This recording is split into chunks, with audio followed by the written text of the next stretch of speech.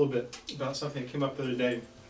I was on LinkedIn, actually, like a pretty good group that might be worth checking out, called Consultants Network. And a question came up about how to grow. And I interacted with a few people about this. I want to talk to you about it, because the question that was raised was, well, is it better to grow vertically, kind of, within a given market, or horizontally across multiple markets? Those are perfectly valid questions, but it got me thinking about something that I'm going to laugh when I say it, but that I think is often overlooked, and it's what I would call micro-vertical growth. I'm laughing because it just sounds silly, like what are you talking about? And what I mean is something quite simple, actually.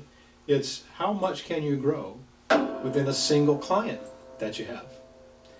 You have that client, and in our experience, those clients are tremendous opportunities for additional consulting growth. And what we do is we have what we call what's keeping you awake at night conversations with our clients on a pretty regular basis, pretty close to once a month. And you can bring those issues up in the context of a regular conversation, but oftentimes what we do is we schedule non-agenda meetings with our clients about once a month, just to talk about their business. And what are you struggling with? What are you worrying about? What's keeping you awake at night?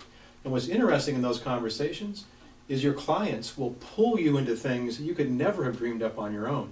It would have been very hard to sell, because they're actually selling for you. Let me give you an example about that.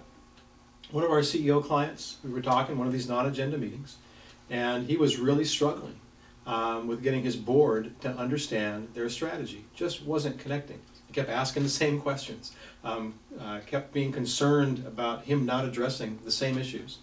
But the plan was there. And we're talking about this, and we didn't have to say a word. And he said, hey, you guys helped us build a strategic plan, the executive team. Can you help my board understand that plan? We said, sure. We've become the go-to board development consultant for that client for a couple of years now. It's generated a tremendous amount of work, really interesting work, and think about this. How deep are you into your client when the board thinks you're indispensable? And we never would have come up with that on our own.